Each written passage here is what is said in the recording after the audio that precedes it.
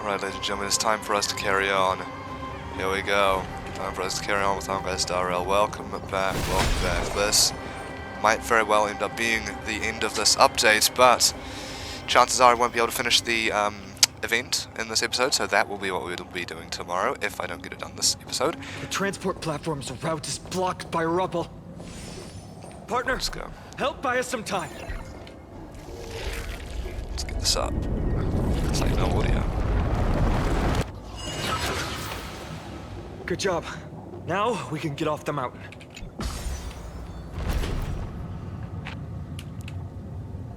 A black-tide creature.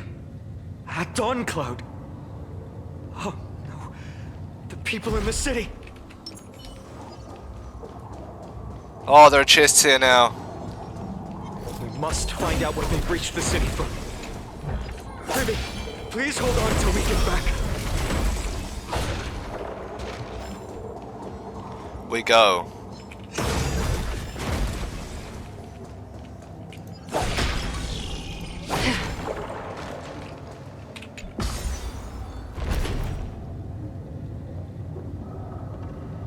More enemies doesn't look great down here. Who dares stand in our way will get a taste of Dawnmaker's edge. Spring forth, gleam bold blades.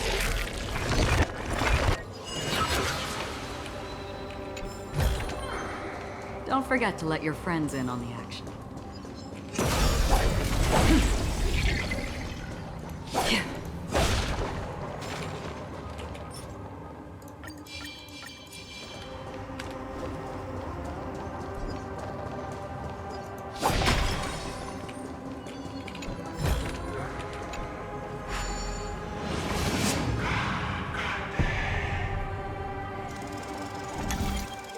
Oh, what the hell?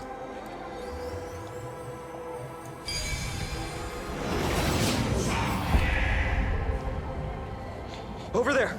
Kefali's core flame is being kept in the center of the council. We must retrieve it and bring it back to the vortex of Genesis. You mean... Right. Worst case scenario, we need to be prepared to return Kefali's core flame. If the end is indeed upon us, we no longer have time to investigate the truth behind the miracle. We'll have to trust that Professor Anax's hypothesis is the only option. Apologies, Aglaia. I promised you that I would leave the choice of Era Nova to the people of Amphorians. But I'm afraid there's no room for doubts now. Hell yeah. You fucking tell him. Highest did she make it? The world is so strong. We'll definitely sense it if she succeeded. Spring forth, gleam bold blades.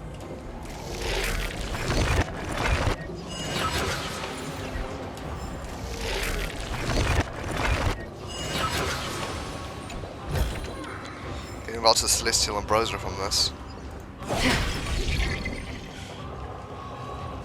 This is crazy, bro. Oh, Sky Father Kefali. Oh, fuck off, Please kindness. forgive these ignorant and lowly children of humanity. No one fucking loves you, kindness. You are like, I think your parents' birth control failed or something. They are so utterly naive that they think of the golden-blooded heretics as deliverers. They are kind of fucked up, aren't they? This blood-red sky, and the raging flames and Bro. demons throughout the land. We're just kind of there. Purge their foolishness. Oh. Kindness is kind of fucked. She's kind of fucked in the Lord head. Deliverer, why don't you join me in praying to the benevolent Kefali? No, we're gonna end your existence now, I think. Cast your eyes on this ravaged land. All of this. Sins committed by you, blasphemous heretics. She looks like she's got a screw loose. We should not waste our time on a pitiful madwoman. Danhang is right. My sword yearns to end your pathetic life. But to a cornered dog like you, the most deserving punishment is to personally witness the Chrysos heirs fulfill their mission. Only then You fucking tell him, will you Steiner. truly know how meaningless and foolish your past transgressions were. And then we'll kill you because, you know, that's what we want to Fulfill your do. mission. Kevali's core flame is long lost to the winds. How will you fulfill the prophecy? Lost to the winds. She's gone completely mad. To the point where she's just spewing nonsense. For the longest time, Kefali's core flame has been worshipped here. Only core members of the Council of Elders know how to activate the core flame casket.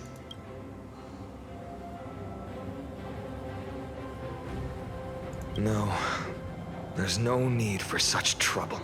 Professor Anaxa taught me more than just what was in the textbooks. Stream 4. You go, bro. Gleam of old blades. But like, just before I do that, I want to see if there are any... Fuck in my life, dude. Hey, let me down. Thank you. I'm going this way. Because there's a chest over there. And we love chests. What the heck? It stole the enemies! What the fuck? Bro!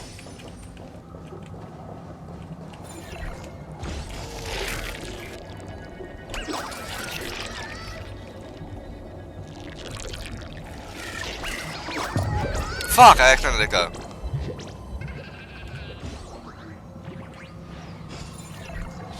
Oh crap. I actually need to...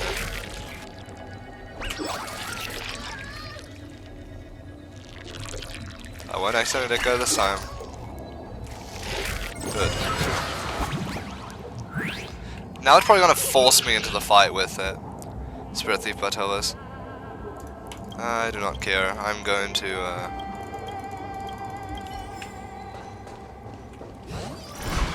resummon the monsters. Or not. It just got rid of the monsters for me. I Don't forget to let guess your friends in on I'll take it.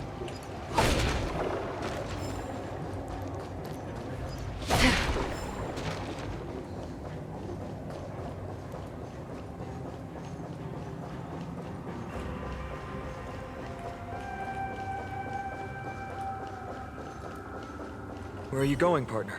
Damn Come it. back, we need your power. Okay, I can't go that way. This. Oh yeah, I can't go that way. I can go this way though. Ha ha ha ha.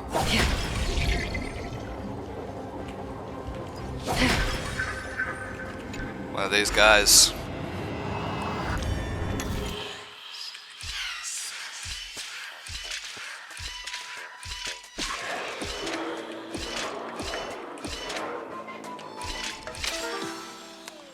My bad.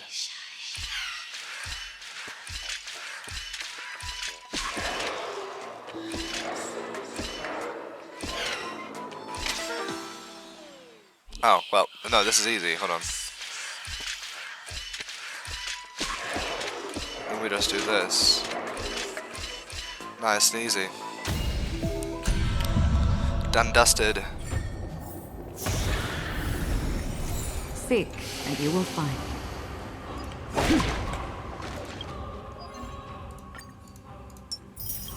I like that defeating a total of enemies also includes the enemies defeated by Akron's skill. Akron's technique, sorry.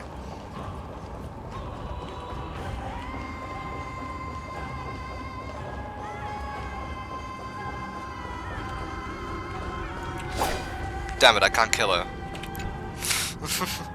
During his time at Dawn Cloud, Professor Anaxa conducted surveys in various areas. I still remember the words he used. I hope it works. All-knowing Father who bears the world, please share a glimpse of your merciful gaze with me. See what we got. Cast down the Titan's fire that hangs at the pinnacle of the world. for your devout creations to behold.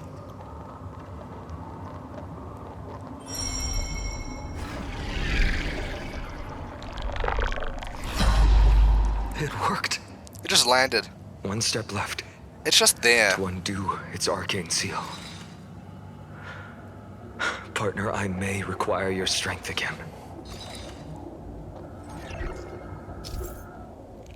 The core flame casket is used to contain important items. When activated, keyholes will appear on the exterior of the core flame casket and activate the corresponding number of key fragments. Key fragments will continuously rotate at a fixed pace. At the same time, projection will be generated of the keyhole. Use Onyx's spray to rewind the fragments and alter the projection. Okay, it shouldn't be too hard.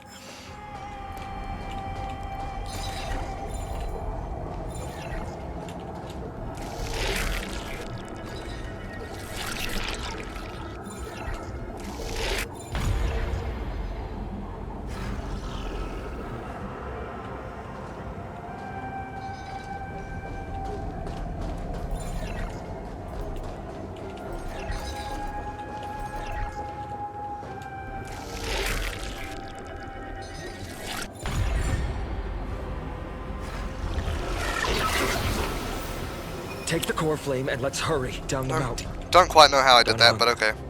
Can you use the spirit water art again? I've used up all the spirit water I brought, and just now after we left the Eye of Twilight, I felt the waters of Euphoria severing their connection with me. Is this also a result of the black tide?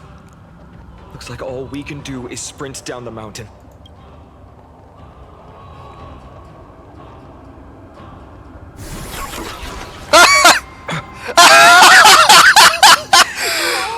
Oh my god! Oh my god! If the core flame was never She used... always remained there untouched. You all think I wouldn't have the... She used Cypher's illusion ability! Oh my god! Oh my god! Oh my god! That's actually funny. I would be laughing too. Partner, calm down. Madness! I will strike her down for I'll do you. my job. So you need to make sure you don't die before you pay me. There's no need to worry about the core flame's whereabouts. Let's just descend the mountain. No need to worry? But... Before setting off to defeat Aquila, I entrusted Miss Cypher with the task of protecting Kefali's core flame while we were gone. By any means necessary. If the core flame isn't here, that means she must have done something to it. In other words, she fulfilled her duty using her own means. We just have to focus on getting to the vortex of Genesis, and Cypher will meet us there for sure. No, she won't. But if she wasn't successful... Friends, we have no choice other than to trust her. If the nearest ritual basin is 10,000 paces away, then what we have to do is to run in that direction and hope she meets us after 1,000 paces. If she doesn't show up, we will keep going and trust that we will see her at 2,000 paces. 3, 4, 5,000. I will keep hoping with the same resolve all the way. I don't think hoping can bring She someone back to shows life, up though. in front of us with her usual rebellious attitude. I understand. At least, to this day, I don't recall any Chrysoseers failing their mission for the flame chase journey. She will be no exception. But before that, we must survive. Oh god damn it, when did they get here? Through this siege.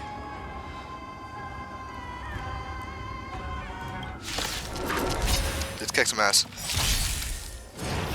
Again.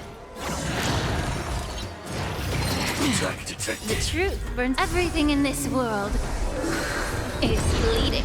Please cherish this time. Oh damn it, I can't target. Another no one. journey begins. On still waters of oblivion. Initiate cleanup. I want to get rid of the middle one. Until everything burns to ashes! Super brave. May the foul stench disappear of your body and mine.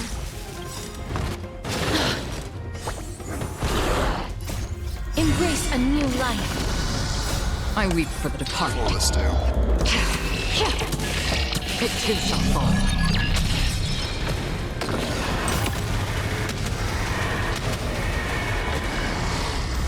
Oh, there's more! May death protect us! Why wasn't I expecting more? This is more than a battle fight. Just why wasn't I? You two will head to the nether realm. As you wish. Break that one.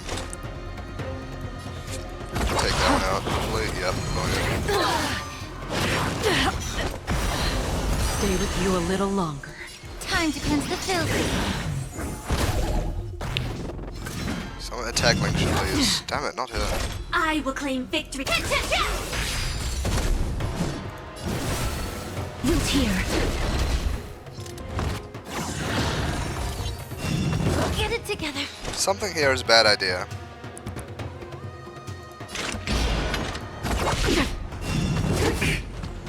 That's fine.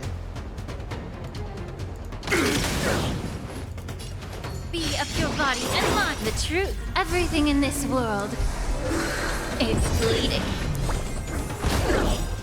Embrace a new life.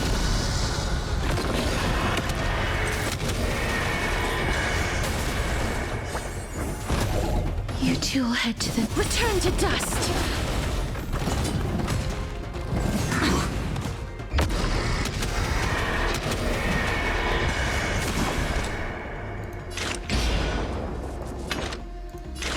Still waters of oblivion. I weep for the departed. It too shall fall. Stand in position. Allow me to purge the root of the problem. Time to cleanse the filth. Darkness with me. It does do a lot of damage.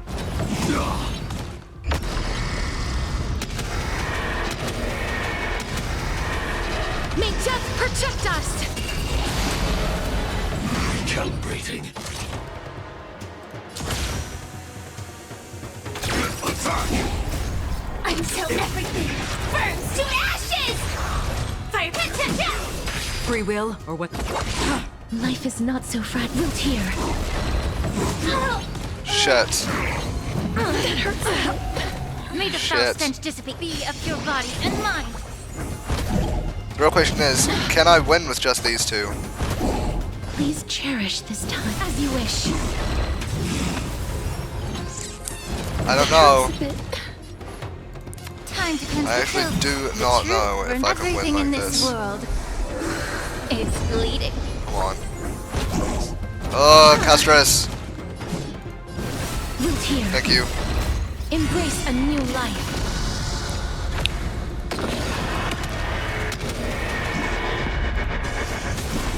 That hurts a bit. Crap. Yeah. This is not good. Oh, Castris lived on 1 HP. Please cherish this time. Return to dust. May death protect us. Get it together. Be This of ain't your looking good, body and guys. mind. Life is not as you wish.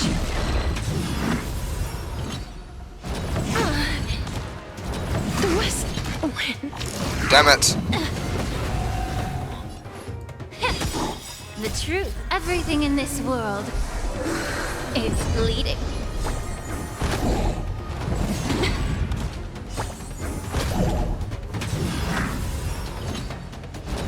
You're a stubborn one. Time to cleanse the filth. You're a stubborn one. Yeah.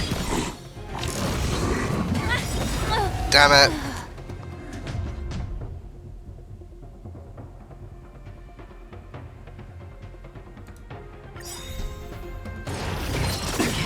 The I truth can't change burns the clear difficulty as of this a one, which is a everything in little this bit annoying. world is bleeding. Wonder if I should change my team up a bit. Please cherish this time. If I lose this, I'm going to change the team up a little bit. Root here. Free will, or was it fate? Destined for oblivion. Initiate cleanup.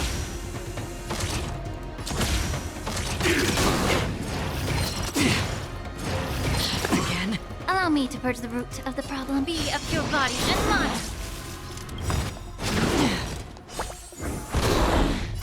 Embrace a new life. I weep for the departed. It too shall fall.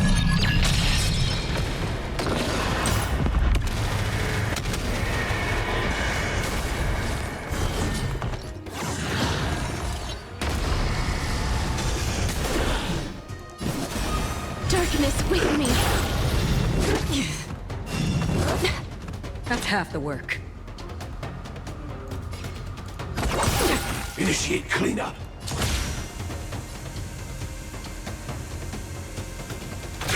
Detonate. Until everything burns to ashes! This is more than a battle. Set the seas ablaze! Immerse yourself in it. Time to cleanse the filth. That hurts a bit. The truth burns. Everything in this world is bleeding.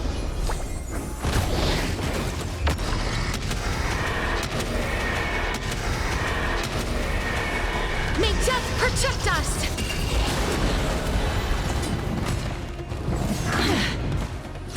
Firefly Type 4 in position. Life is not so fragile. Root here. Attack detected. Recalibrating. May the foul stench dissipate. Be of your body and mind.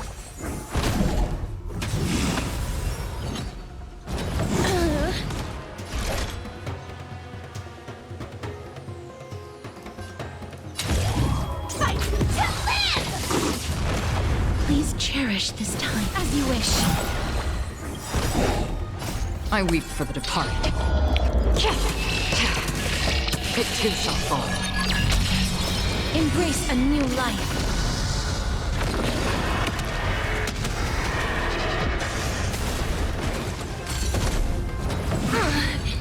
Another journey begins.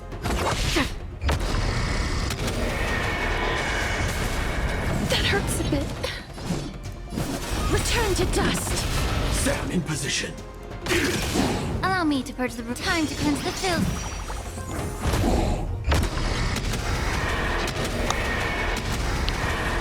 May death protect us! Life is not so fragile. Root here.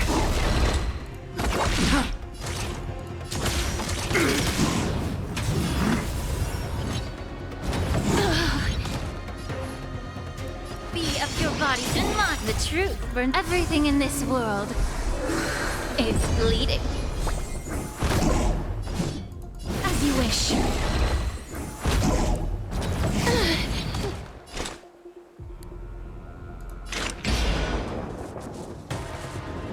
Still waters of oblivion.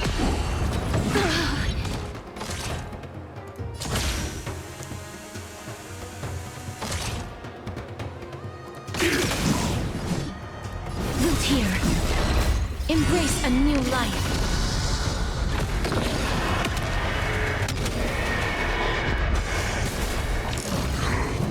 Familiar.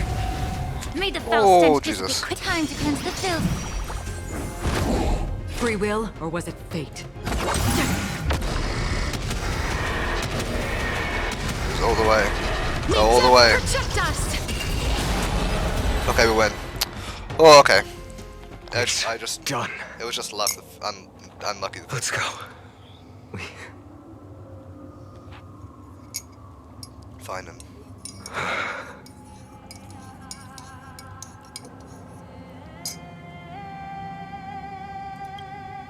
She may not have sought sympathy from others, but as a cleaner, she was willing to absorb a millennium of identities and memories for an objective that hasn't changed in that time. I suppose this is also a form of extreme but twisted resilience. Let's go. It's time to leave this place. Everyone, can we run faster? How does she die in that position? Yeah, we can run faster.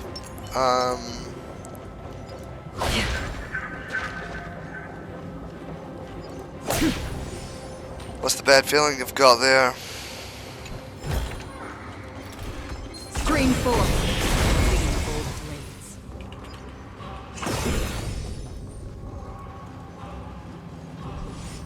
Well, there's a lot of enemies down here. Also, lots of places where a chest could be.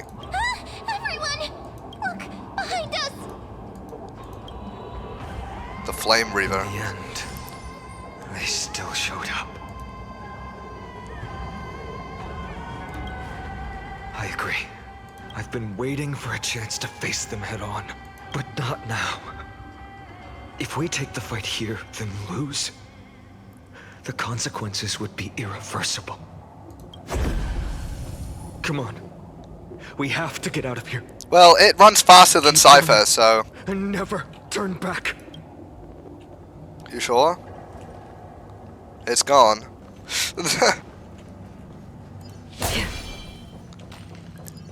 But like... Screen 4. The gleam of old blades. I just want to see if there's any chest. There's a garment maker for some reason.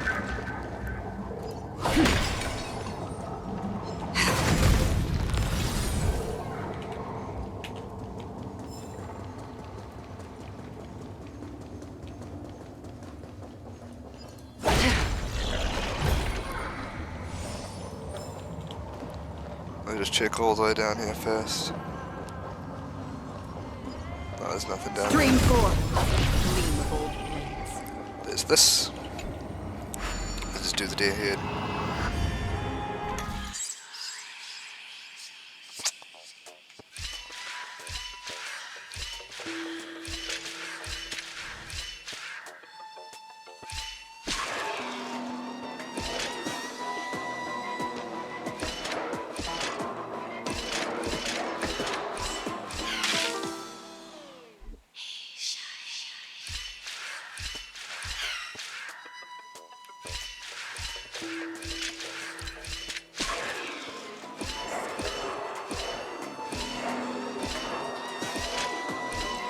That probably wasn't how I was supposed to do it, but I still did it, so I won't complain. Seek, and you will find. I find it hard to believe there would only be one route through those things.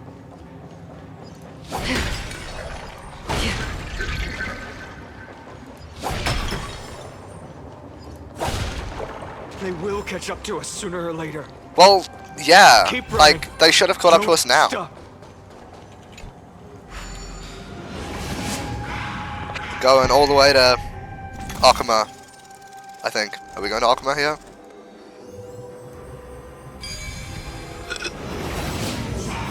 It's him, Lord Finan. Shut up. Perhaps there's more than one right. What? Just want to catch a butterfly real quick. Oops, I accidentally cut off. Cut bro off. It got up to us. How did they? Because... Has descended as ordained. As ordained. This thing's, English has gotten better. Nothing but cheap tricks to help you hide in the shadows. The sky has returned to its rightful place. This world must be reset. What are they talking about? The end you seek is also the miracle of Genesis. If so, you should be standing alongside the Chrysos heirs. Why do you hinder us, Flame Reaver?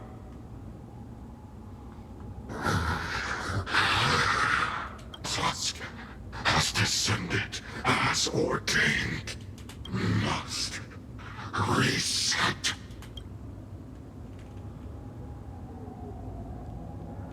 The lack of reason can't be overcome. We shoulder the fates and futures of too many people. We will not fall here! Oh god, cutscene! Dude, this is sick. Don't die, Stell. Oh, Mighty! Leave this to Castros and me. And Castros? Huh? Castros is here! And Mighty and Trimmy? What the hell is going on? I mean, I won't complain. That was really close. It's too early to relax. The Flame Reaver is a master in the art of deceit. Even Mighty may not be able to restrain them. I never thought I would leave him alone on the battlefield twice. But now isn't the time to be thinking about this. Tribute didn't follow us. Does she intend to stay above to help Mighty? Stell, can you still run? Protect us. Sky Father, save us! Someone is calling for help. Over there. The Black Tide creatures are threatening the people. We can't just stand by and watch. Let's end this quickly. Okay. We've actually got to fight these ones. Again, it's a 2-wave. As you wish. Get it together. Protected. Destined for oblivion. Initiate cleanup.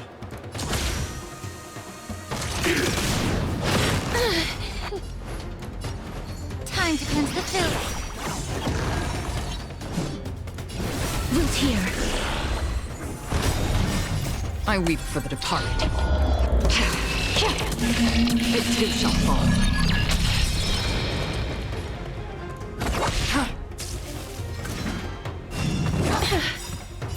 Embrace a new life.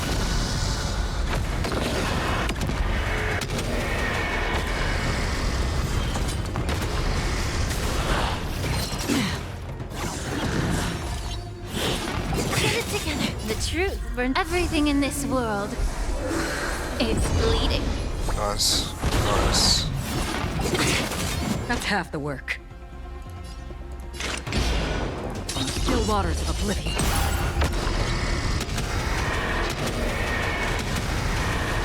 May death protect us!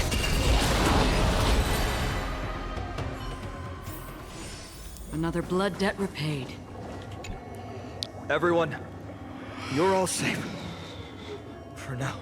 Thank you, Lord Finan. It is Dies. someone else who deserves your thanks. Those Black Tide creatures just now couldn't breach this barrier. This energy feels familiar. Like the luminous arts that Hyacinth uses to treat people. But it is much more powerful. Looks like she did it. Yeah. Citizens, my companions and I can't stay long. Before reinforcements arrive, We just need your opinion on please something. do not step out of this barrier. This is a miracle left by the demigod Hyacinth.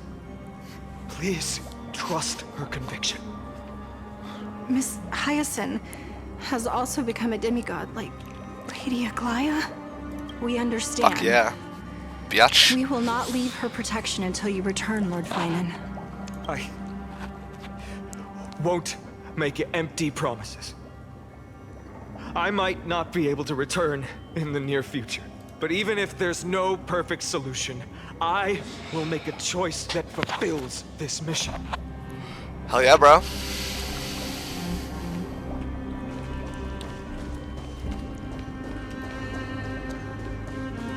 Get to the lower floor of People Memorial. in the market must also be suffering. Cortonis! Quick, let's go check on him. Wow, he beat some shit up over here. Cortonis, hang in there. Turn do you have? Burning the holy city is. To resist, I did all I could. You shouldn't be on the front line at your age, Grand Craftsman.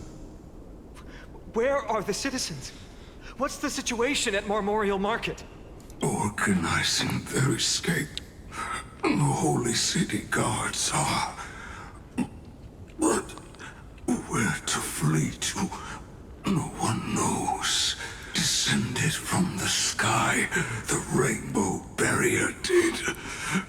Protected people, but alleviated the fear it could not.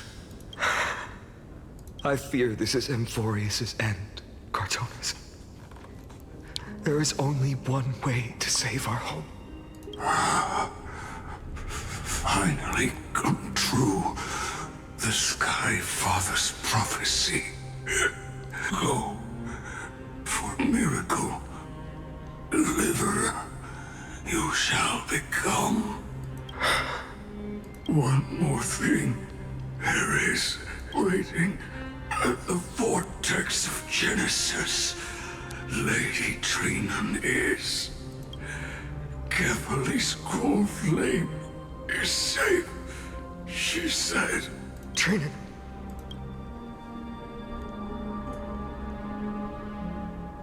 Black tide creatures, prepare for battle. Urgent. The situation is. Leave them to me. The monsters. But Died. I should have kept me here. The power of the rainbow light did. But if destined, inescapable death is, why not leave behind some glory? You've been forging nothing but glory your entire life, old friend. For others, and for yourself. May you never see the slightest glimpse of war in the New World. Farewell, Grand Craftsman. Let us depart. To the Chrysos airspace. hey, let's go bathe, guys. For battle.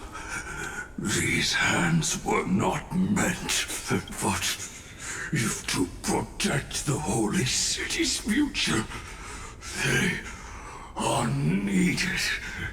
To the final moment, I will fight!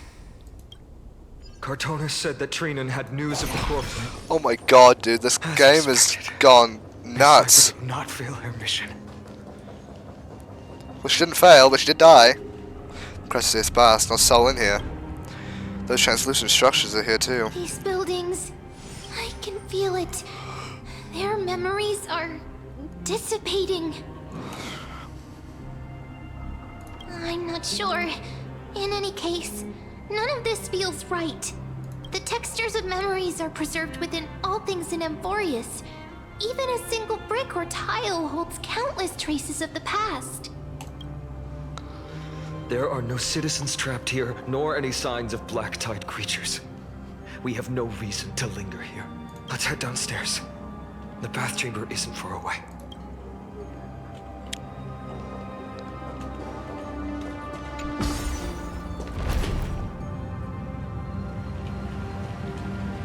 Its bar's waters are conveying sorrow and despair in ways I can barely comprehend. I'm getting a vague sense of foreboding here.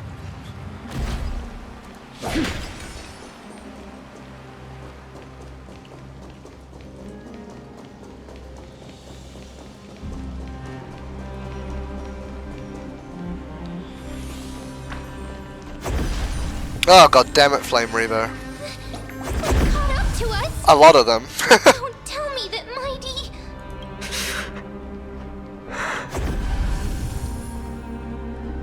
Yeah, right in the back.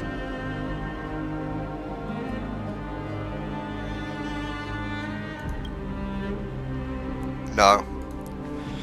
Finan, take stealth to the Vortex of Genesis. I will stay here and hold them off. Dunhan, you... Don't hesitate, Finan. You still shoulder the mission of the Era Nova. We don't know if the Flame Reaver has any clones up ahead. Stealth, stay close to Finan and keep him safe. Amphorians often speak of destiny. The destiny of the Trailblazers to bind the life and death of every world to our own existence.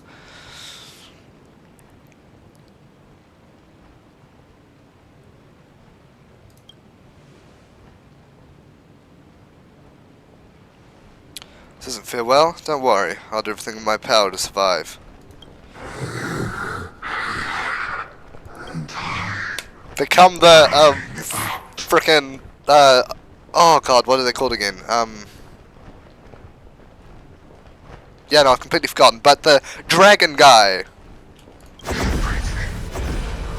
Be reset. Go. You better keep your word, Dan Heng. You cannot die here.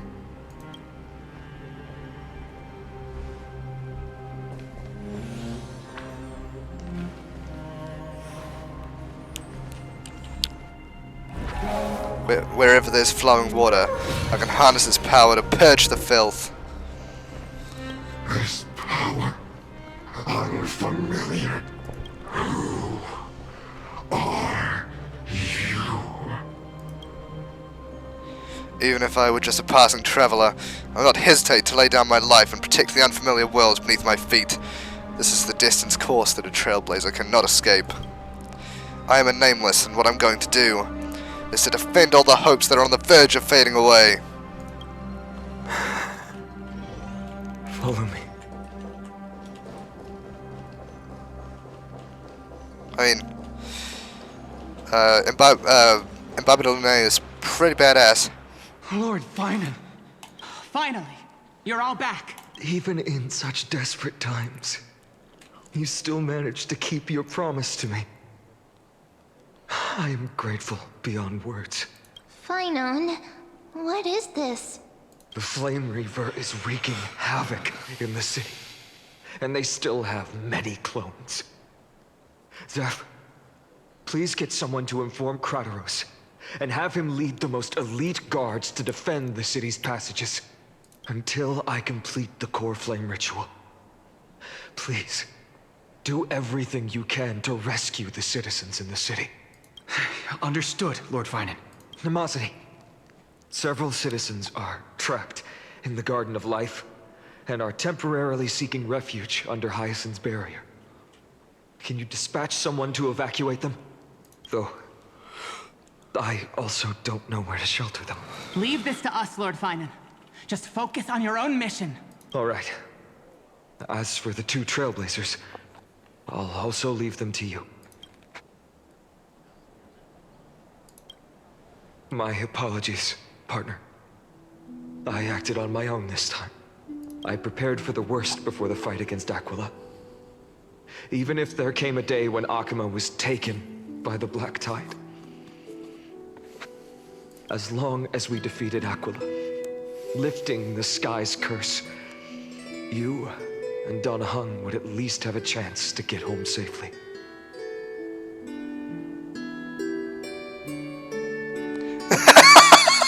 The progress bar is already at 95%. You're leaving me on a cliffhanger? I know, this is hard to accept.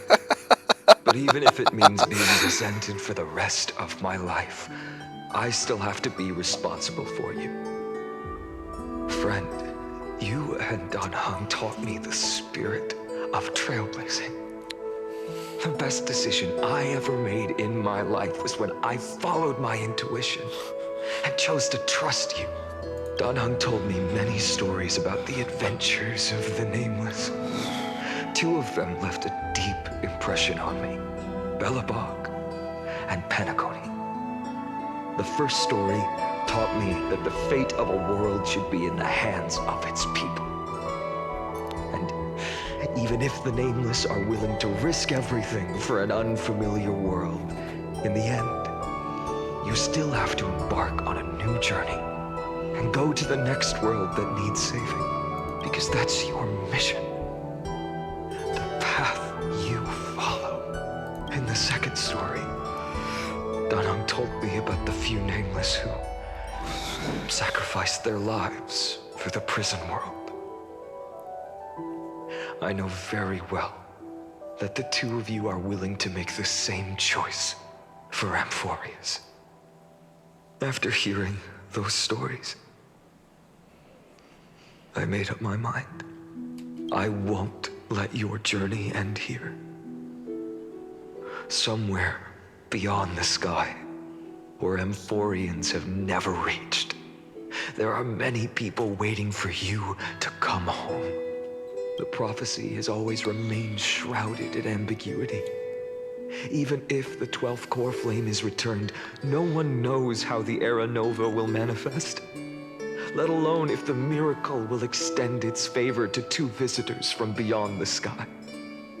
Before stepping into a fate unknown, the last thing I can do is help you return to your family. How? Our car is still busted. Please, don't worry. Lord Finan has already entrusted Elder Lygus to fix your transport. Lady Trinan's Sentry Gate is open on the main street outside Akima's walls. I'm sorry for making such an unreasonable request of you all. But we live in an imperfect age, where there is never a perfect choice.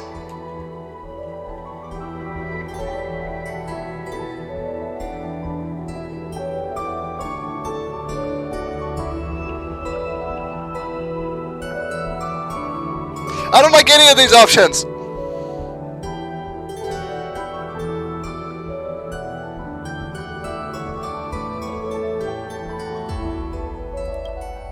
Every one of us has the right to make our own choices.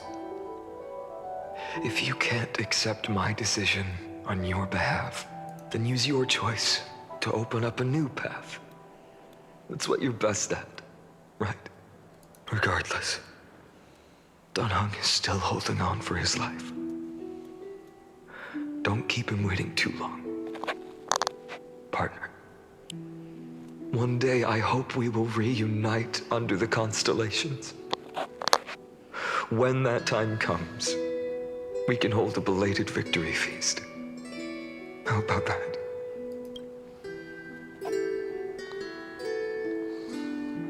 That door did not open.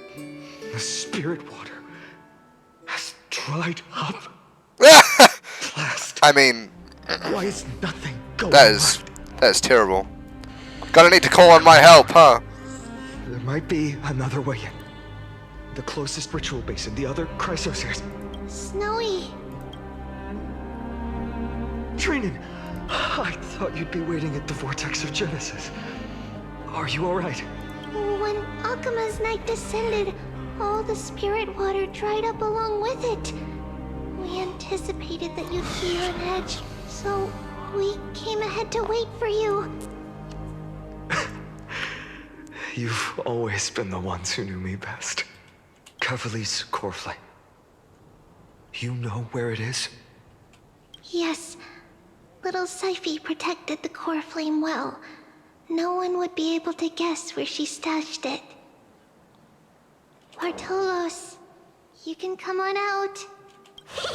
I don't have to pretend to be an envelope anymore! That was suffocating. Bartolos? What in the world? Hey, you better watch your tone, brat. That core flame that the entire world is after is currently nestled in the depths of my bottomless tummy! This certainly was unexpected.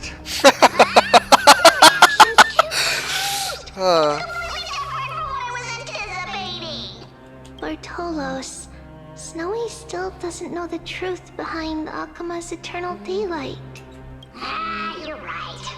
Well, then you'd better strap in and listen up, brat.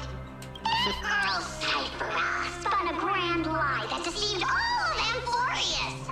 She tricked all of you into believing that giant ball on Kefali's back would cast light over Akima. Oh my god, it was her power that created the light? Holy crap! And that's why it went dark as soon as she died. Oh my god. That's a little dark, actually. Hey, rat. Zagreus, Embers of Trickery. Still no reaction from you? Yeah, dang it. You're no fun at all. I'm sorely disappointed. So for the last 1,000 years, what maintained Akima's eternal daylight was not Kefali's miracle, but Cypher's lie, woven using the divine authority of trickery. But now, the lie has come undone. Which means... Well, you didn't guess wrong. Cyphera has already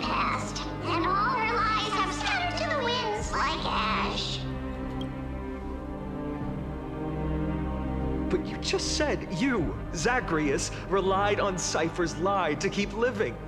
If she is already... Guess you're not as smart as I thought, Rat. Don't forget, I'm one of the 12 Titans of Emporius. And this core flame in my belly, is it not the core that maintains a Titan's life and divinity? So, you're going to hand the core flame over to us? Just like that? Just so. How about it? Let's hear some groveling gratitude, huh? Why? In the myths, Zagreus was the most cowardly and shameful of the Titans. Hey, stop slandering me with those fabricated tales. My pursuits are far greater than one measly life. Let me tell you then, my lifelong ambition was to work with Cypher to conjure the greatest trick in the world. Assume this world holds 100 million possibilities, and no matter how one looks at it, 99,999,999 of them all point to outcomes of certain destruction. But with an exquisitely brilliant scheme, we fooled all the fools, villains, and disasters of this world, and achieved that 1 in 100 million possibility. This is the miracle I wish to achieve in my life's pursuit, even at the cost of turning into this. Take the core flame with you, Brat. Go finish your mission. Remember this well. What saved Emporius wasn't the grace of that simpleton Kefali, nor was it the babbling of that child Oryx. It was the divine power of me, scorned by all, and the millennium-long lie of a cat-eared thief. Zagreus takes out the core flame that belonged to Kifli, which was hidden in his stomach. The divine body, reduced to the form of a spirit thief, disappears into dust. The unbridled laughter fades away in the wind. Strife, death, trickery. So those signs deemed as harbingers of calamity will also leave behind marks in the tale of deliverance. With this, the final core flame can be returned to its rightful place. The spirit water in the holy city has all dried up. We can try to break the sealing magic of Fagusa's priests, and use the Century Gate to send you into the vortex of Genesis. But that will likely exhaust any remaining power of Yanis that we have. After that, the rest is up to you, Snowy. Farewells. I've almost grown numb to them at this point.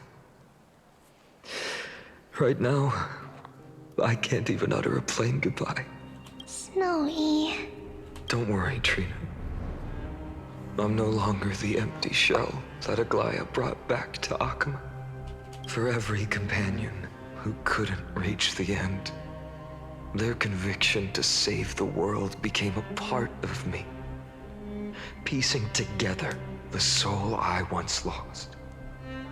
I lost my home village, but you, Aglaya, and everyone else created a second home for me.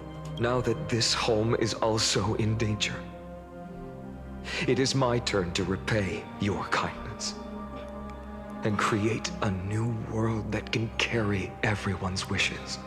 I hope that in that new world, a new sun will rise, bringing one dawn after another to all. Snowy, you've grown into the person Aggie always dreamed of. Indeed, we don't need to say goodbye here, because even without the prophecy, we have the confidence to say you will become that rising sun, and all of us will see each other again tomorrow. God, dude. Not. Oh, Jesus Christ.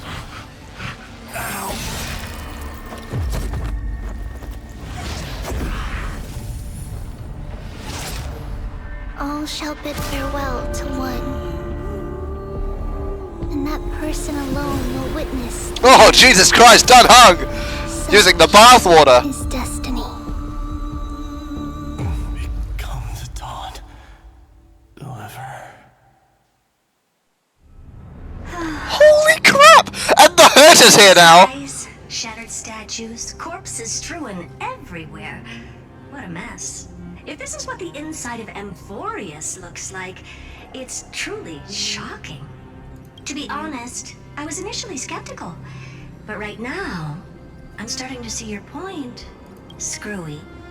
If that's the case, Herta, do you now have enough reason to believe my conjecture about the true nature of Amphorius? Let's not expand on that topic just yet. That Intellitron, Lygus, was it? He's not completely dead. That was probably a fake body. Something behind it is still defying us. I must admit, even if both of us worked together, it wouldn't be a simple task piercing through its defenses. For now, we can only observe this world as bystanders. I knew we should have brought Stephen along. No wonder the Garden of Recollection wants to work with the Astral Express. Without the power of the Trailblaze, it'd be impossible to unearth this place's secrets. But in the end, the garden emerged unscathed, and it was the Nameless who got burnt. Curiosity definitely killed Aki. That big guy over there. The black ball spewing meteors. You think it's got anything to do with the Lord Ravager? Alas, without sufficient computational power in the stream projection, I am unable to analyze the path energy. Suggestion. I'm actually kind of surprised that Scrotum still has a voice. Whereabouts of the two Nameless. Research priority on the destruction can be lowered. Every second counts before that Intellitron's preventative measures kick in. All right. Stop making a fuss. How many times have we collaborated, and when did it ever not end in a perfect outcome? Why not add another mission objective while we're at it? The card-playing Mammal Keeper told me that the frozen Trailblazer girl might just also be trapped in Amphorius. What? If time allows, I will also investigate March 7th. What? Huh? What the fuck? Do you hear that? A wave of desperate cries from the heart of the mountain city. The lives there are undergoing intense suffering. Conclusion. Oh shit. The butterfly has already flapped its wings, and an impending storm closes in. The Nameless are important allies, and you and I have matters to attend to, Herta. I beseech you, in moments when a choice needs to be made, one must not be distracted due to personal interests. Of course I know that. Fate really is a game of dice, Screwy. Who'd have thought that thing once sowed chaos across the cosmos, causing the Intelligentsia Guild to splinter and disintegrate? It wasn't until I cracked the solitary waves theory that its lingering effects were put to an end.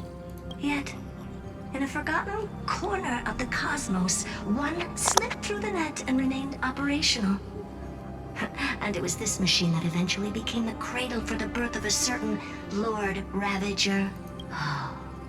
The source of Amphorius' tragedy is an Emperor's scepter that survived to this day.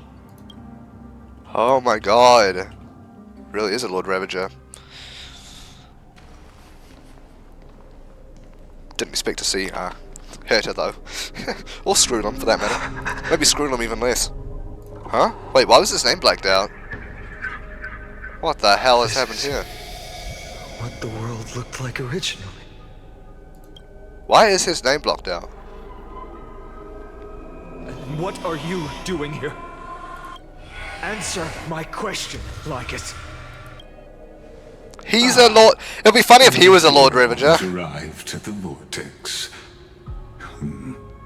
I can no longer remember how many times this has happened. The author of each epic, as the prophecy has foretold, stays their pen at this point.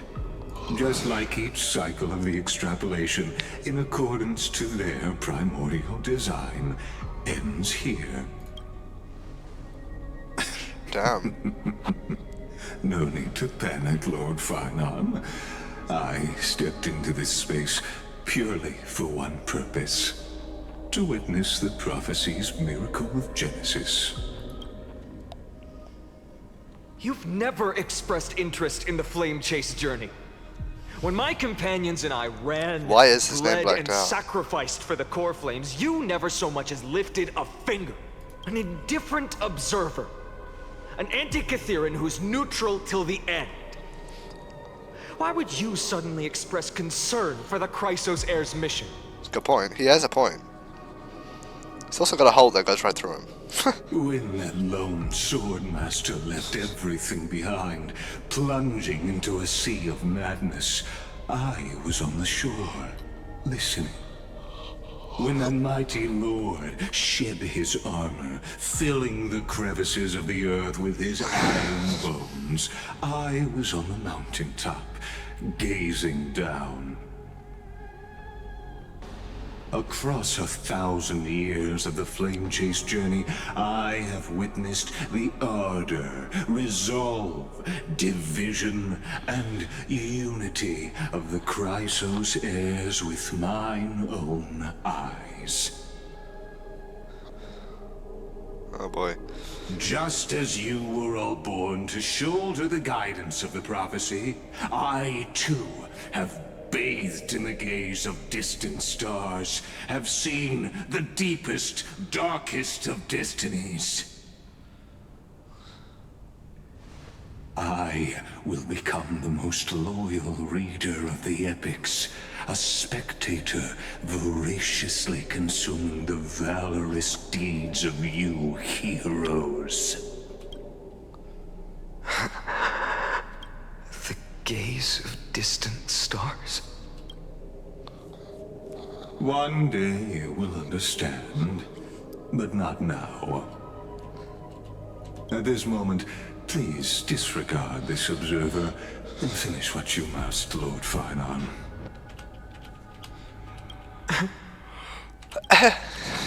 Giggle, giggle, giggle. I once believed that as long as I chased the flames relentlessly, the fog before me would clear, and fate would reveal its truest form. But along the way, they, all who passed, never once received the justice promised by the prophecy. I have perceived. Outside the vortex, the world is collapsing, and the children of humanity are crying. Thanks for your input. But you, Lord Finon, will bury the old world with that core flame, bringing all things into a gray unknown.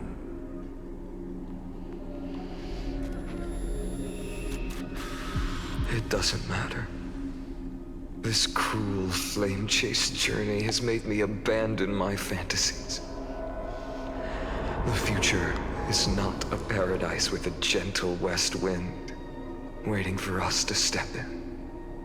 If what lies ahead is a mass of chaos, I will tear it apart. Then usher in the first ray of blazing sunlight.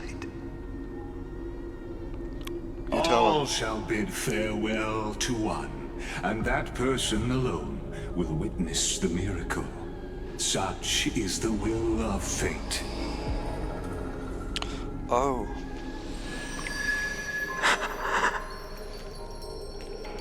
Yet this time, will an epic with endless cycles... Who? Who? Who? Who? Who? Is it you? Who?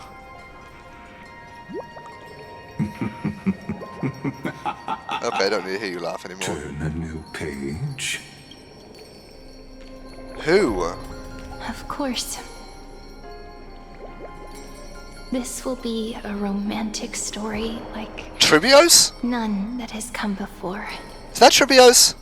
Am I tripping? Am I tripping balls right now? I think so too. No, Cyrene. Cyrene. Cyrene.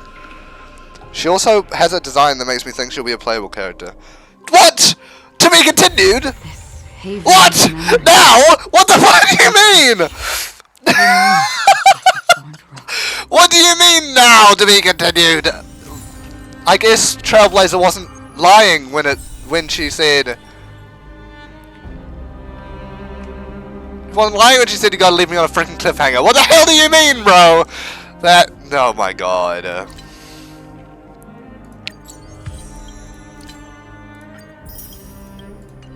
Jesus Christ, dude. Oh my god. No.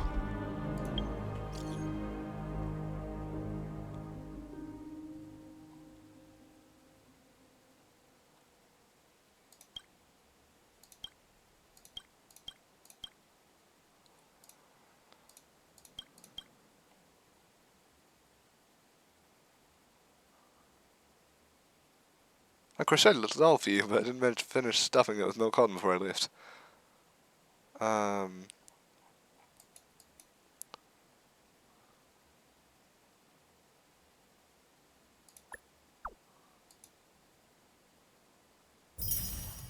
Well, thanks for the 5-star Jades. What? Pom Pom sent me a message. Whatever. Holy crap, dude. That was not the ending I was expecting. What the fuck? Holy crap, bro.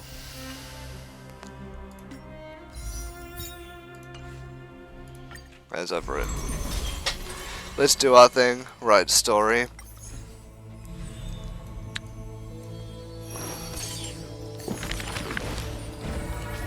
I've got one for Cypher.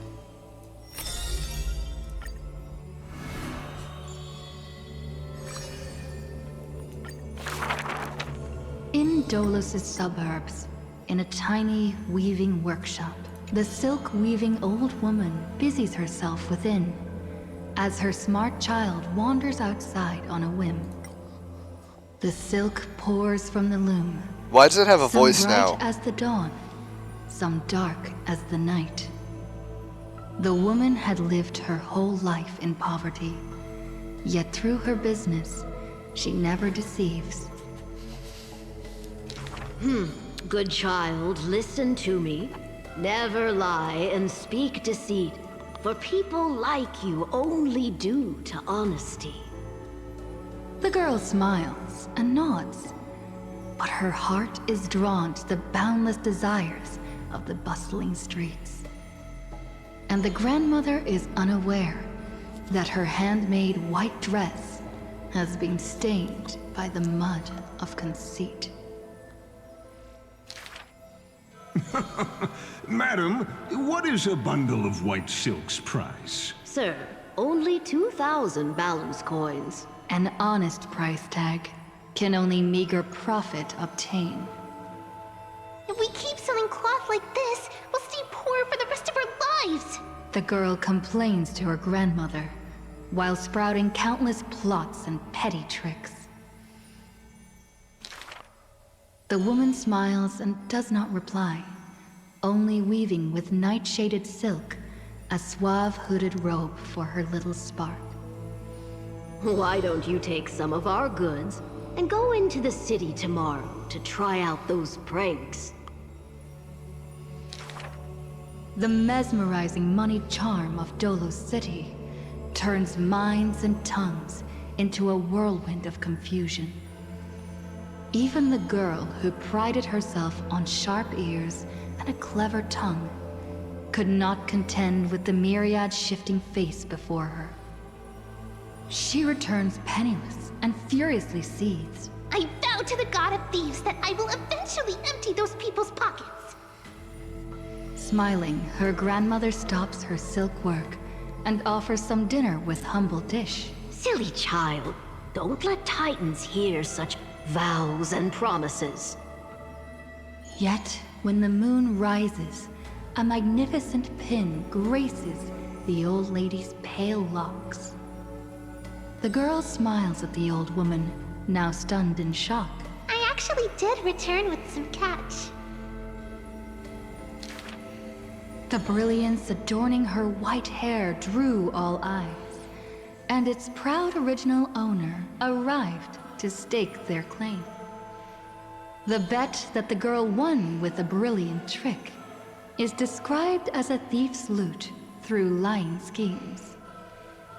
The old woman in her panic shouldered the blame, confirming a sin that was but a fabrication. By Delos' laws, we must also execute all her family!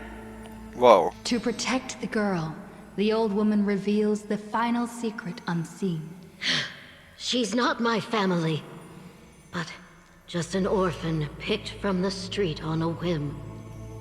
People thought this to be a lie, but the girl knows that her grandmother cannot deceive. Just like how she always glossed over questions about parents and kin. Your parents went to a city-state far away. The girl never bothered to unravel the threadbare lie. Stop! Stop right there, you thief! Run! Run as fast as you can! Cyphera! The lies overthrow the shop and tear apart the good woman's good name, leaving the girl with guilt and grief. The hearth of her home was a lie, doused by another conceit. But if her sleight of hand had better skill, would it have made that fire burn forever? The girl pulls down the hood and sinks into the starless dark. I vow to the god of thieves. And from that day, she never left empty-handed, her words woven with deceit. However, back then, the girl did not realize that the people did not covet one simple pin, but the golden blood flowing beneath her skin.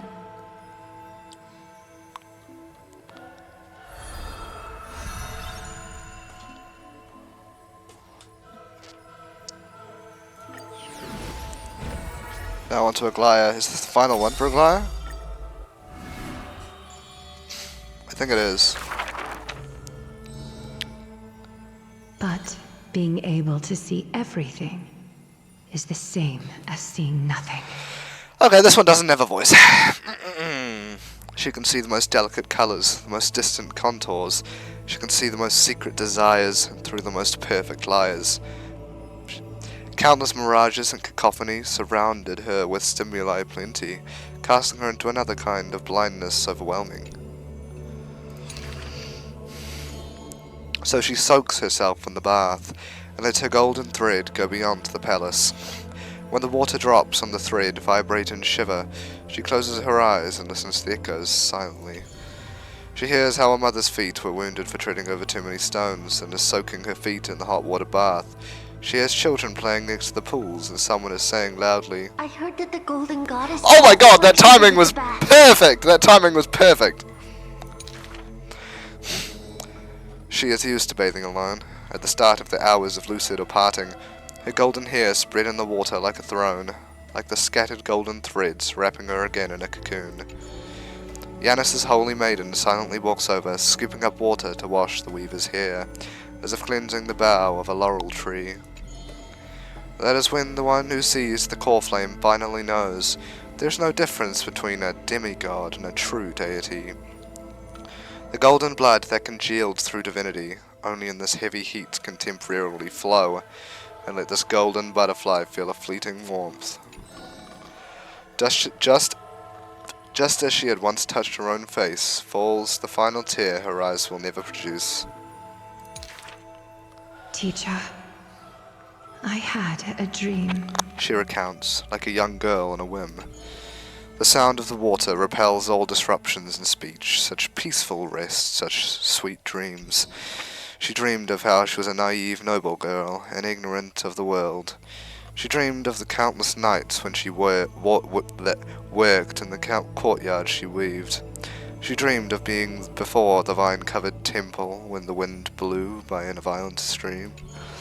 Lately, she dreamed of the prophecy that she heeded, how the ancient sound came through the 1,000 waves and could not be heard clearly in her dream. Do not stare directly into the future of your people, for that blinding prophecy will burn you all. The dawn device is always glittering, and birds are always chittering. The children of Arkema like these kinds of songs. Why not trust in the promise of an Erechrysia unending, like how children believe in fairy tales passed down unceasing? But will the dawn device truly shine forever? Will the voices of songbirds not one day turn hoarse? In the golden bath in times gone by she pierced her eyes, for she saw the all too dazzling future of everyone. Their future was nothing compared to false promises. That is the price you must pay for listening to my prophecy. The gods have already determined her destiny and her passing. She knew. She has long known. The red-haired child appears worried. You are aware of everyone's fate, yet never speak of your own future. The child who passes along the prophecy understands that to lay such a heavy weight on one person is comparable to the dawn of the world bearing Titan shoulders. There's only one future for silken threads. That is, to weave magnificent clothes for others. She takes the children's hands, inviting them into the pools, intending to use warm water to wash away their concerns. Yes, before the toll of the bell that announces the hour, before the meeting to judge the flame chase begins, do not waste the rare good dreams, or the languid waves warm as tears. She mutters as Destiny slumbers in her arms. The one that wears this elegant attire in the future must bear the weight of the silk threads.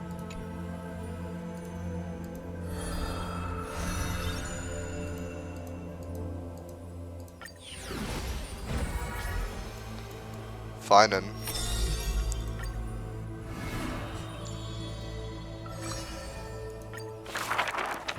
There are no swords here, only farming tools. Facing the ambitious boy. Okay, this one's got the voice. shopkeeper kindly explained. You can automatic. Even a rake would do. Let its worth be judged by the verses I etch upon the earth with it. Many days later, the wounded child stood upon the scorched earth, and silently he buried the ruined tool. For that was his first sword. And on the day that the Black Tide came, he broke the shackles of fate with that weapon true. Let go of my beard, you white-haired rascal. Beard? No! Fine! You win, okay? Beard? That was the first victory claimed by the boy. Why is he trying to steal beards? A victory often mentioned in later years. And yet he never treated it with shame. I understood something thanks to his beard. The others hold their breath, waiting for his thoughts. But he only gives out one response. The victor must stay focused, and success will come when you work on nothing else. Those words became the foundation of his existence. Knowledge is also a power used to smite. While studying at the Grove of Epiphany, he etched this into his heart. So he devoured thousands of books, skimming through to glean the martial powers of might. But unenlightened wisdom is merely dust.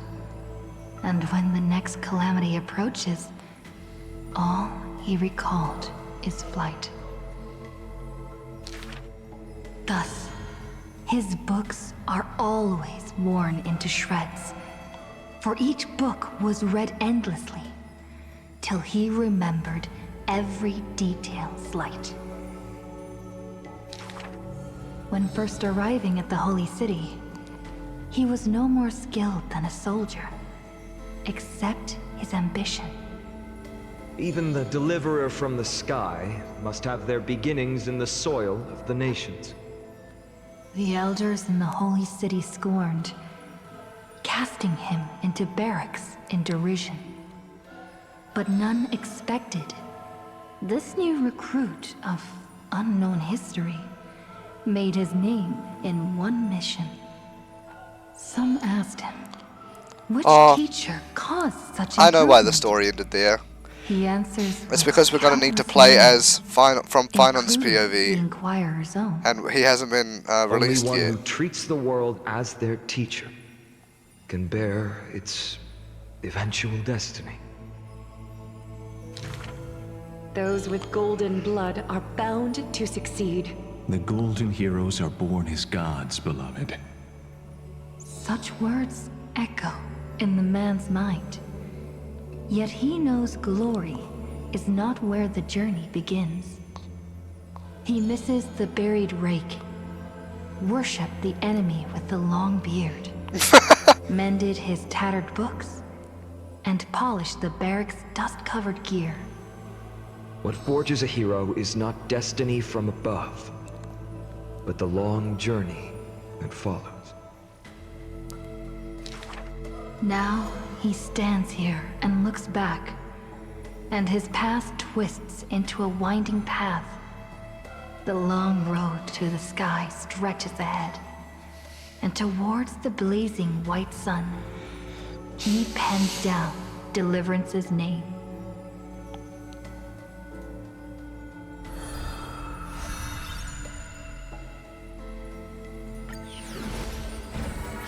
Have a Hyacinth.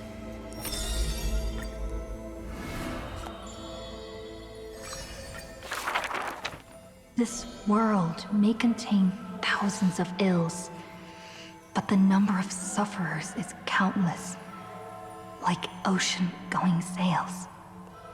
The father and daughter who inherited the sky wander this land's paths, and throughout the cities, they heal the unwell.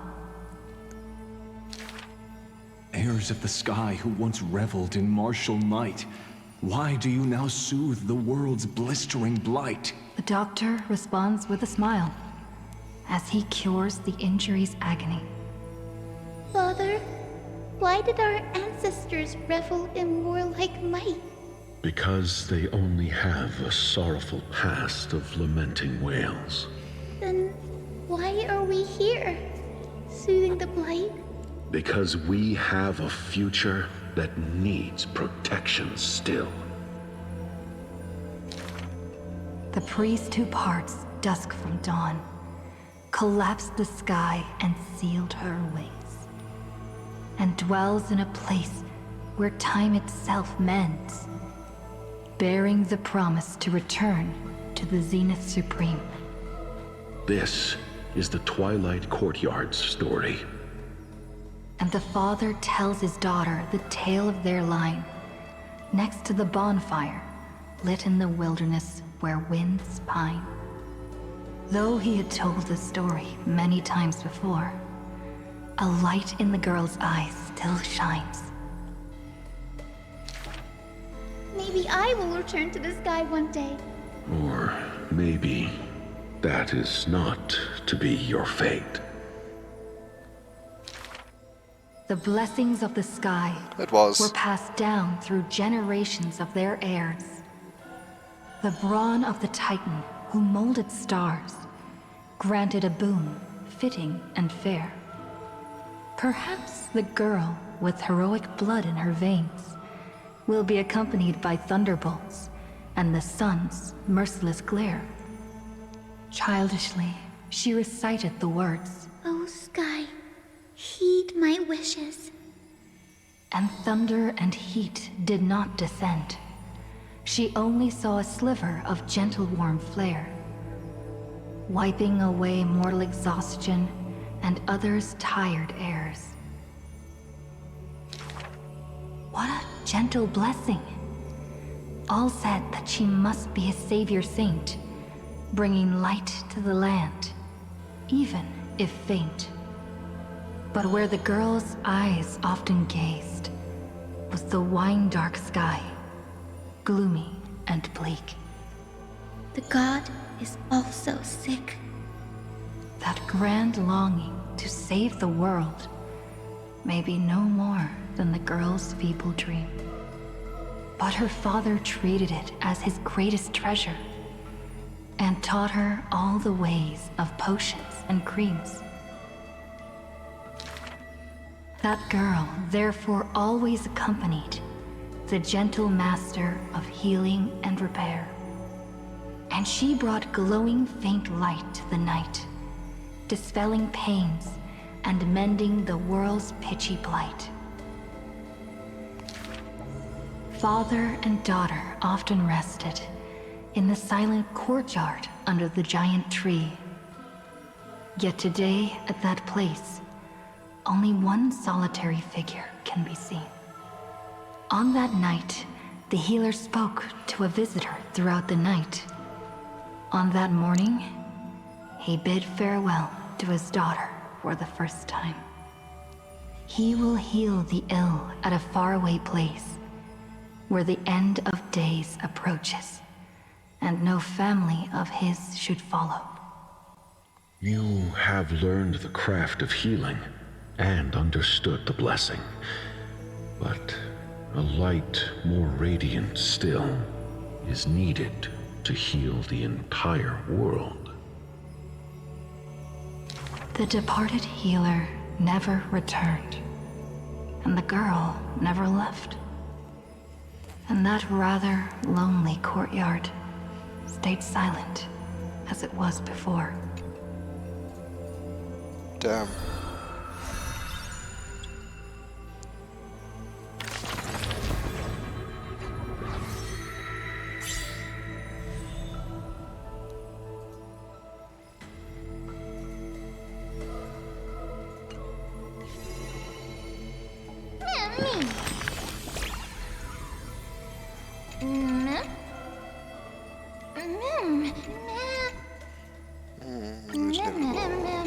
Goodbye. Alright, on to the next one. Or the next 4. Oh, we've got 6 in this one. Gonna be talking for them. Got 2. The two girls frolicked in the wheat fields. This is gonna be the rest of the episode, I think. Fleet as doe deer, making ripples in the shallow puddles and pools clear. As dusk approaches, the exhausted girls collapse over the wheat heaps, talking about their longings and dreams of literature, love, and a journey through a world dear. Oh, Sky, slow your closing gaze. How I want to keep this moment in my hands forevermore. On that day, the breeze was warm and gentle. At that time, death was soft and fair. The broken-winged butterfly falls by the window, bringing with it a scent of melancholy. The girl looks outside. The golden wheat fields rolled endlessly, stretching to the horizon. Holding to the chair, she tries to stand, only to find her legs trembling and feeble. Don't worry, Alexia. Her older sister whispers beside her ear, and on her sister's shoulder, the girl weeps mournfully. And time thus becomes silent, painted with sighs only. When hearing the healer's diagnosis, the girl remained deathly still. Her eyes were already drained of tears, and her heart a wilted grave. Every time she has something on her mind, she would tilt her head and look outside. Her sister follows her gaze, seeing a barren field turned by wind into a desolate gray expanse. Till one day, when the girl looks outside, she sees a dash of dark blue, most brave. It's a flower my sister planted. Like the torrential river of life, it pours into the depths of her heart. The flower is called Antilla. Even in the Netherland, it's rumored to thrive. You are the quiet in my heart. amidst the chaotic choreography. That seems to be its choreography. When the days are warm, the sister would take the girl on long journeys through the flower fields, gazing upon rivers, napping amongst the grove. A discussion hearty. After I die, I want to become an Antilla flower and become the quietness in your soul. A thoughtless word from the girl gains her a wrapping on her forehead most dainty. Do not speak of dusk when you have yet to see the dawn. Dew drops from the petals as wind pulls on the leaves, and the two of them sit in quietude. The girl asks for the means to tend the garden, and while her sister sounds concerned, her heart is relieved. But the concern is well-founded. The girl tripped and fell into a mire, her gaze directly into the eyes of death. In that dark pool, bottom unperceived. I've been the weight upon my sister's wings. Let this be where it all comes to rest. The girl gives up her struggles, only to see a figure pierce through the water's surface. I won't allow you to walk through the dusk alone, or enter the night of no reprieve. Her sister sobs without end, and the girl has to gently hug her and softly relieve. And then, this distant memory turns bleary, difficult to retrieve.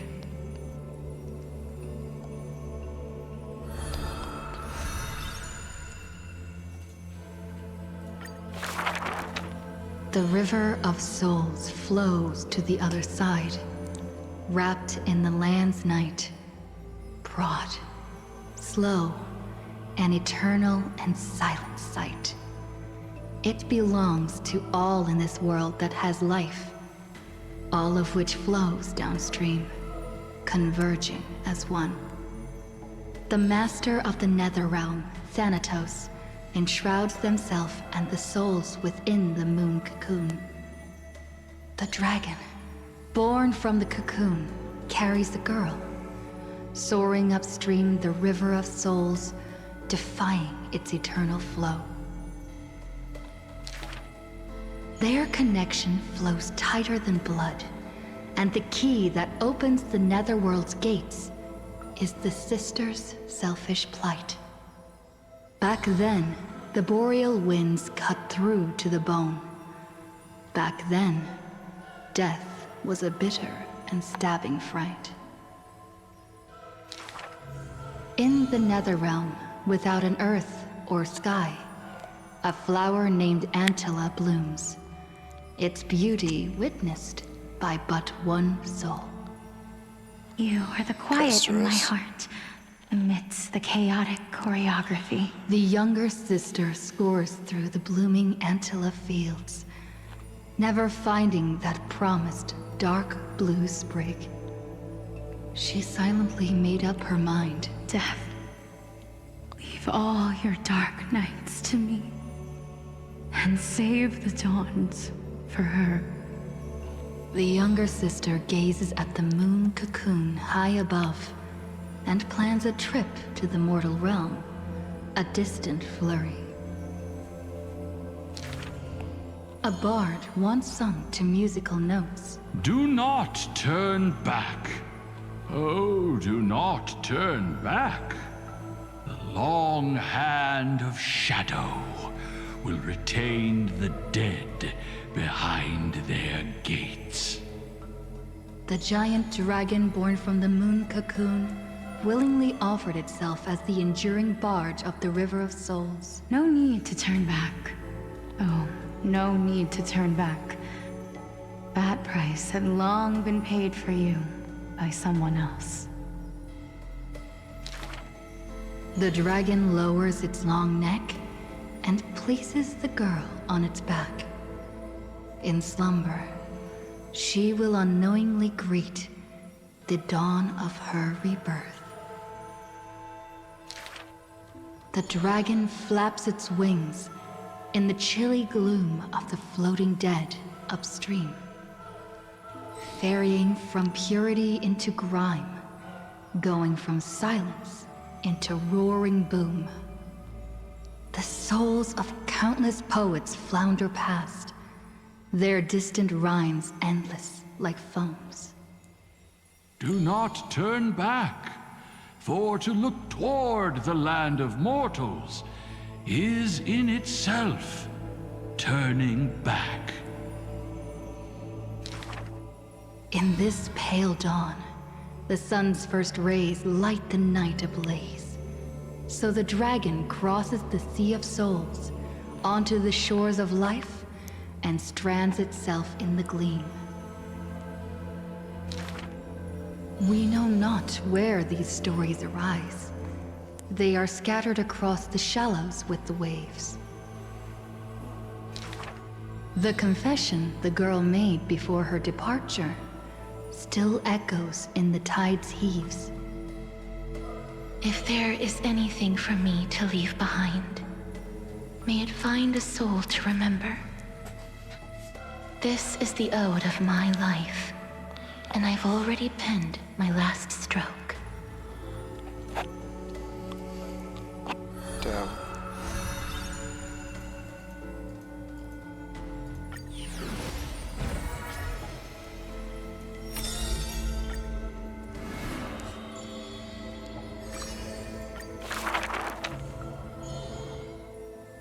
I fear.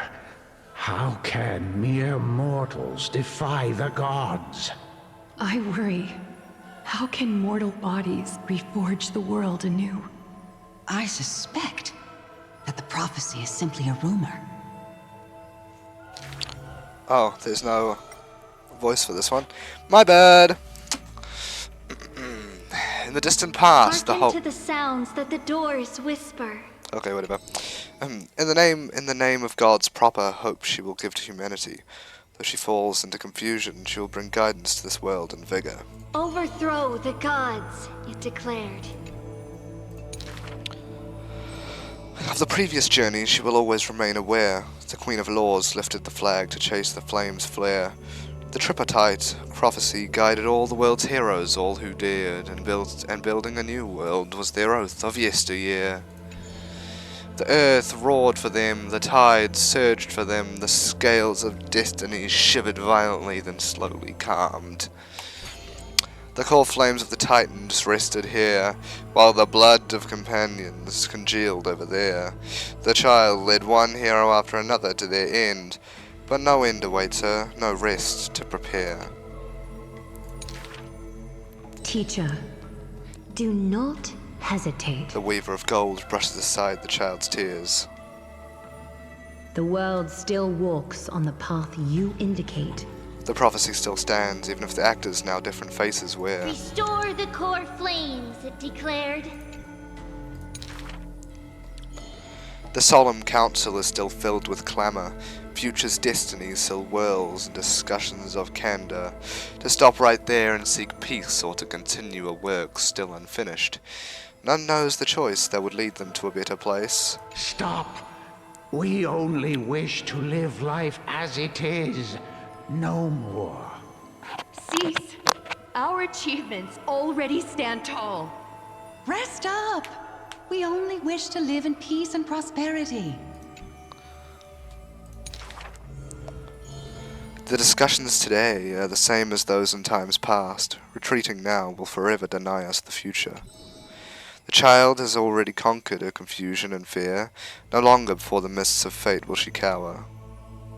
Hearken to the sounds that the doors whisper. She travels through myriad passages, burning with determination, to once again bring light to humans through her endeavor. The children fly into the streets, wishing to encourage the residents' faith. Please, be not afraid. We will definitely bring you to a new home. Lady Treaty, Lady Trianne, please, don't cry. Do not worry. We trust you always. The matron wipes away the tears on the children's faces. The praying ones piously bless them in faith. The lost ones take the children's hands just as the prophecy guides their path. Bear the divine authority, it declared. Quiet Trinan has little to say. Lively Trianne loves to play. And well-behaved Trevi roams around all day.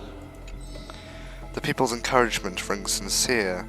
The Chrysoseer's companionship lasts through the years, and Mother's embrace warms up every dream. Thus the child understands, thus the child accepts, though countless farewells on her shoulders weigh, though destiny's blood dries like clay. There will always be passageways filled with warm sun rays that silently open to them in future and past days, and from them a voice says, Forge miracles, it declared.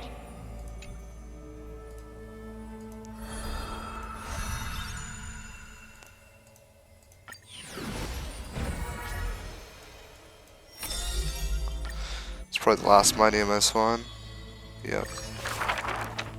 As always, to perceive the man's This one's got voices. one must do so 7,000 paces away. Oh, I need to put it on auto. The Kremnos he guards is once again shrouded by mist. Rust, blood, and fire are the ceremonial ode to the demigod. There is no one to witness or to give cheers of glory. The final Kremnos festival goes on without end. The victor shall embrace death and silence, and his glory will only be remembered by the defeated array. For that man, laws and seals no longer have meaning. War and battle never cease for a single minute, each passing day indistinguishable, morning and night entwined. The corpses pile up, filling ravines, forming mountains strong. He carved time with peak's edge and counted the fleeting years by fires of war. Sometimes the lion would climb to the hilltop to look down on the world and search for friends in longing. The distant heavens and earth stretched vast and boundless, but their endlessness felt ever more remote. Like Nikador, he cannot escape madness's clutches. Guarding the city alone and embroiled in war, the murmurs of the black tide constantly sound in his ears. Yet a flame soars up his chest every moment, casting a light upon the indomitable path behind him. Memories seal the echoes of the past as the man strides into battle, fists clenched fast. He is the wound this world must bear, the new king before whom old gods despair. As stated in Idonia's poems. Okay, unfortunately I think I'm gonna skip the rest of this. The man with each return from Unfortunately, because I've got to end up soon. His journey was one of ceaseless eternal warfare. Yes, true. Yeah, I'm gonna go through Cypher and maybe Hyacinth. And I'll skip an Axes. If every single scar equals a This coin, one I'll let play then through. the girl always pursued would be worth her weight in gold. Deception, theft, and night heists, but her nerves failed her when it mattered most. The girl clutches meager loot to her chest and escapes, muttering curses bearing her pain. We're head on. I definitely win next time.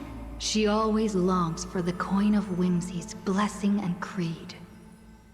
Yet the coin in the air always suddenly disappears, as if in reply from the Trickery Titan. Day and night flow, and the thief star makes circles across the sky, while time molds the girl into an adult. The cloak once used to conceal her entire body, now only suffices as a hood that barely covers her fringe. No matter. These days, I have no need to hide. With a confident stride and a silver tongue, her perfected fraud, thieving every opportunity as a result. And at curtainfall hour, those treasure-seeking steps fade into the moonlight. When she appears again, her arms are laden with money's weight. What is the art of thieving? Stealing from the poor. Not enough loot. Stealing from the rich. That's a boring task to boot. The girl narrows her eyes of greed towards those called the Chrysos heirs. The golden vines of the sages' homes, the sacred carcass of the Deathward realm, the divine lyre of the seashore's pearl, and the crystal chalice of the 1,000 gates. The girl knows not the treasure's origins, only that they are all valuable beyond measure. To have something priceless is the true art of thieving. A pity that deceits are all eventually revealed, and the thief meets a rare defeat. A golden thread discerns her meticulous disguise, and the heroes hold down her third hand to imprison in this thief star made of human feet. I take defeat with my head held high. Spare me your sympathy. She frankly faces the accusations, knowing that escaping would be nothing more than child's play. So the Chrysos heir outside the cage smiles sweet. Would you like to see my most precious? A treasure bride? It is a dress, like the beauty god Nestia's divine body. More blinding than the sun, rivaling the moon in its glory. It is woven by divine threads. It captivates even the gods. But all the lies and deceit are revealed under the golden thread's query. The world-famous thief is stirred by such grand words into a flurry. Then just you watch. This wondrous dress will forever remain in my own gallery.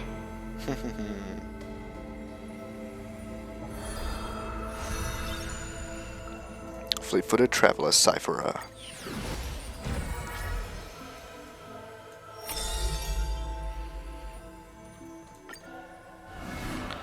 I'll play this one through to the end, and then I'll skip through Anaxes, because no one cares about Anaxa. Who often did stupid things. Was the assessment from the Litophagist sage. An excellent healer who fails at all scholarly means. Was the assessment from the Noticed sage. A shining child who also burns away her own life's rays. Was the assessment from the Erythrokeramist sage. A fool who was always wreathed in smiles, while drowning in a weighty and pitiful dream. Was the assessment from the Neusporist sage. The girl had visited all the schools during her time studying at the Grove.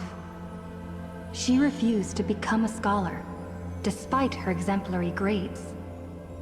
Instead of increasing this world's knowledge, I prefer to reduce its pain. While the sages faced her words in silence, the Neusporist sage alone decided to hire her as assistant post-haste. An apprentice who spends wisdom is more precious than scholars who hide knowledge away. The faded twilight courtyard, long eroded by time, now shelters a girl, the sole heir of her lineage. loneliness accompanied her days, till the Sage of the Caprists visited her and brought her a chromatic pony with a grin.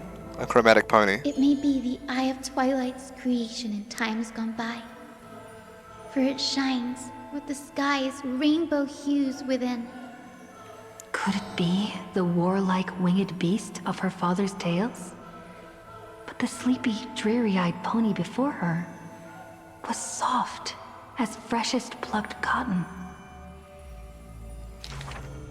The girl still took this gift, for from the little creature, she smelled the scent of clouds distant. If it weren't for her, I would have suffered more accusations. The Newsporism sage says in admission, the scholar is coming to deliver arguments and reproach, often stopped before the door, not coming to fruition. For the girl before the door soothed their blazing anger, like the soft clouds, gentleness in cumulation. Do you know what sacrileges he has committed? The girl muddles her answers, yet her heart knows in full admission. Like you and me, he too wishes to heal all of this world's afflictions. The girl treated ailments for many years in the grove, composing her medical treatises into tomes. When scholars seek medical help, she realizes with a startle that kindness too can grow into its own bloom. By that time, the twilight already lost their eyes, and the world drowns in evernight, while the girl and the healer again traverse the world in gloom. Seeing the golden thread and ivy in the night, though it has been long since she recalled her past, she once again thinks of her childhood dream. Should the sun be dimmed by destiny's decree, then the dawn that heals the world, I shall replace.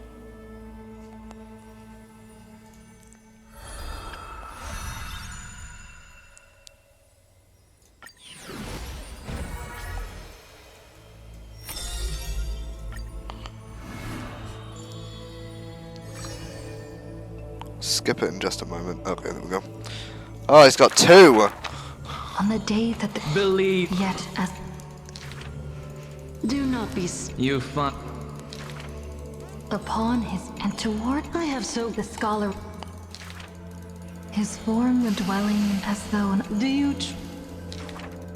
Compared... He returned, but at every... It happened, but... That... What a temp... This long...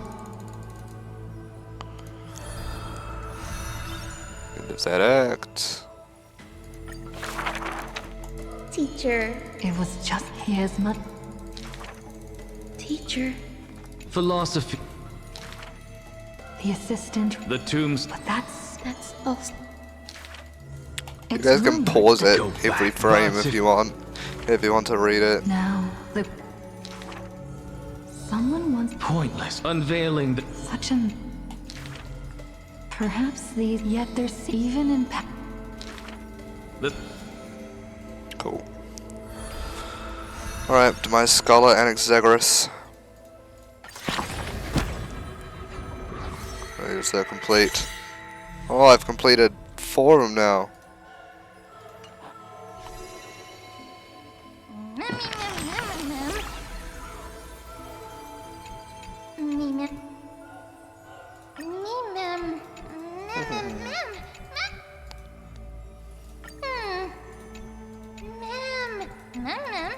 Ma'am. Alright, cool.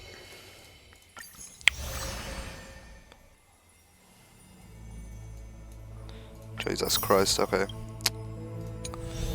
That was quite a lot